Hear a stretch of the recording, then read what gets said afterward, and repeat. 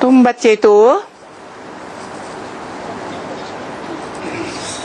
सदा सत्य बाप के द्वारा जो धर्म स्थापन किया हुआ है, सनातन धर्म, सनत कुमार के बच्चे हो, जिसके नाम पर सनातन धर्म पड़ा। नाम सनातन धर्म, सत्य सनातन धर्म, जो सतयुग के आदि से लेकर के कलयुग के अंत तक कहीं न कहीं इस भारतवर्ष में जरूर कायम रहता है।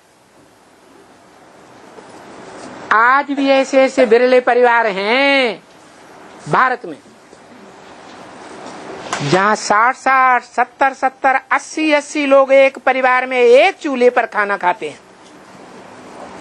उनका एक ही मुखिया होता है, उसी मुखिया की मत पर चलते हैं। जो भाषा मुखिया बाप की, वही भाषा सब बच्चों की होती है। ऐसे नहीं उस परिवार का एक बच्चा कांग्रेसियों की भाषा बोले, दूसरा बच्चा बहुजन समाजवादी पार्टी की बच्चा बात बोले, और तीसरा बच्चा कम्युनिस्ट पार्टी की बोले। ऐसा नहीं हो सकता। तो सनातन धर्म की प्रक्रिया कलयुग के अंत में आज भी भारत में प्रायः लोप है। तुम उन बच्चों में से चुने हुए बच्चे हो।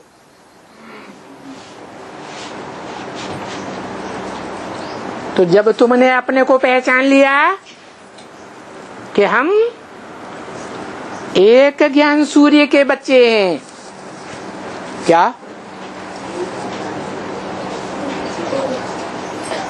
चंद्रवंशी नहीं है, चंद्रमा के बच्चे, सूर्यवंशी नहीं, सूर्यवंशी हैं, तो अपने वंश का मान रखना चाहिए ना,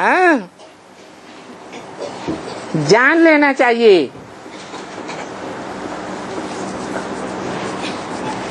कि ये जो विकारी मत है, 5 विकारों का रास्ता, ये शैतानों की मत है। ये मत छोड़ना पड़े। और उन विकारों में भी जो पहले नंबर का विकार मुखिया है, वो कौन? काम विकार, कामांग, उसकी एक्ट जो पुरुषों में खास देखी जाती है। दुर्योधन दुशासन बन करके बहुत दुख देते हैं, दुष्ट युद्ध करते हैं, प्यार का युद्ध करते हैं, दुष्ट युद्ध करते हैं, दुष्ट शासन करते हैं। ऐसे दुर्योधन दुशासनों के चंगल में आकर के भारत की माताएं जो कभी शिव शक्तियां थी, वो अबलाएं बन जाती हैं। क्या बन जाती हैं? अबलाएं बन जाती हैं कलयुग के अंत तक आकर। तो ये तुम्हारी बुद्धि में जो पहला नंबर का विकार है, वो तो छोड़ना ही पड़े। बच्ची, वो दिन जल्दी ही आ जाएंगे जबकि कभी भी कोई विकारी इस ब्राह्मण परिवार के संगठन में पांव भी नहीं रख सकेगा। क्या? अभी तो दुर्योधन दुशासन घुसे पड़े हैं, कीचक घुसे पड़े हैं, गंदे डर्टी ब्रूट्स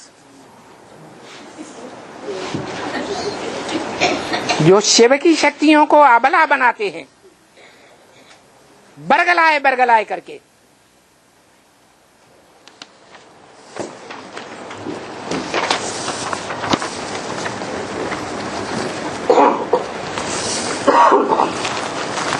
तो पक्का समझो कि अभी जल्दी वो दिन आने वाले हैं जबकि कोई भी पतित आकर के सभा में बैठ नहीं सकेंगे। जो संघ के रंग में आकर पतित होते रहते हैं। किसके संघ के रंग में? विकारियों के संघ के रंग में रोज आते हैं, रोज विकारी बनते हैं।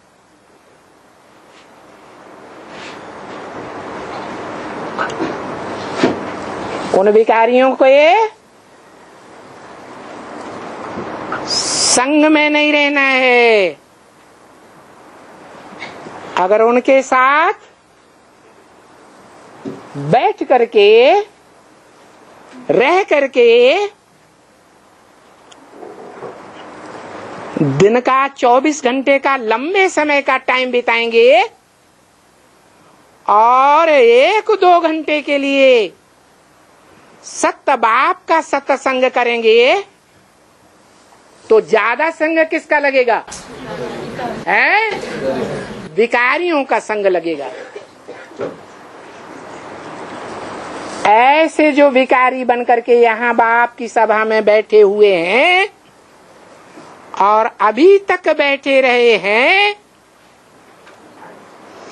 बाबा ने पहले ही बता दिया था वो इस ब्राह्मणों की सभा में आगे चल करके क्या बैठ सकेंगे? बैठ भी नहीं सकेंगे, भले कोई भी हो। क्या कहा? मान लो कोई बड़ा सहयोगी हो, बहुत धन देता हो, है? क्योंकि पांडवों को 3 पैर पृथ्वी तो चाहिए, बड़े बड़े मकान देने वाला हो, कोई भी हो,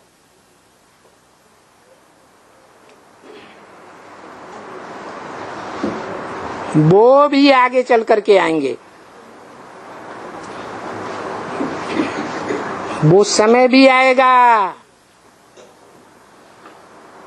अभी वो समय नहीं है। सन 66 में क्या कहा कि उनको मना कर दें? क्या कि तुम संग दोष में आने वाले हो,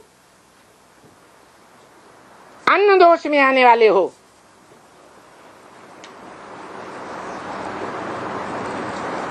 तुम्हारी बुद्धि सुधर नहीं सकती, मना कर देंगे। अभी वो समय नहीं आया है। कब? सन 66 में। अभी तो शुरुआत है।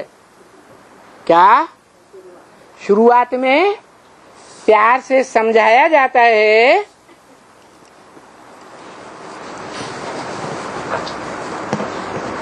कि कड़क रूप धारण किया जाता है। तो शुरुआत है, समझते हैं? ये बेसिक नॉलेज लेने वाले छोटे छोटे बच्चे हैं। बालिग बुद्धि है या नाबालिग बुद्धि है? बालिग बुद्धि नहीं है, बुद्धि से मैच्योर्ड नहीं है। इसलिए भगवान के इशारों को भगवान की बातों को दरकिनार कर देते हैं, तो फिर ही छोड़ना पड़ता है। कब की बात है? आज की बात बताई 66 की, जब ब्रह्मा बाबा जीवित थे। ब्रह्मा की गोद में बच्चे खेलने वाले थे,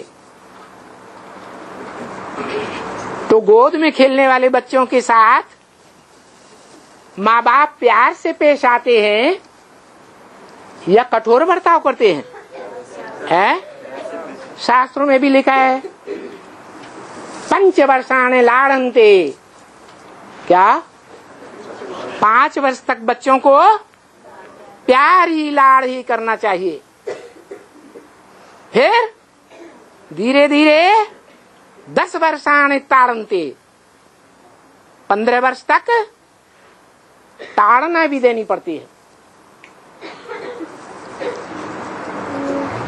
तो अभी बच्चों को फ्री छोड़ना पड़ता है,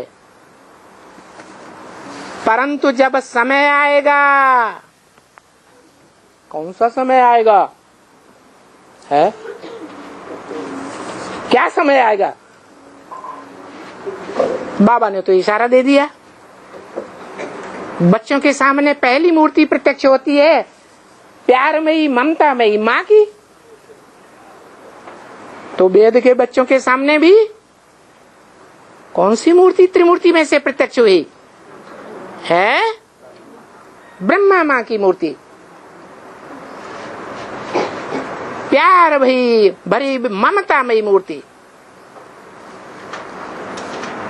लेकिन इशारा दे दिया, वो समय भी आएगा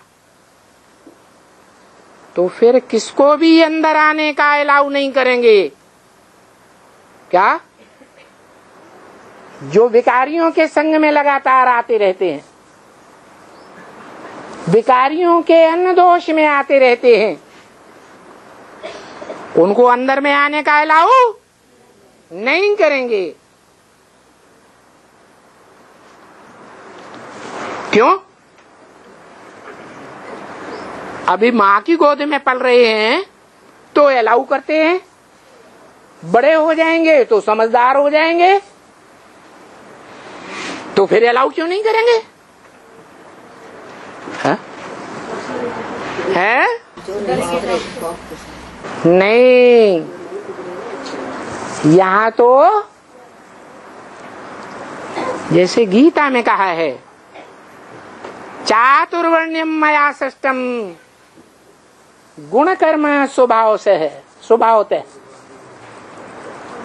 भगवान कहते हैं कि मैंने 4 वर्णों की रचना की है, उनके गुणों को देख करके, उनके कर्मों को देख करके, उनके स्वभाव को देख करके।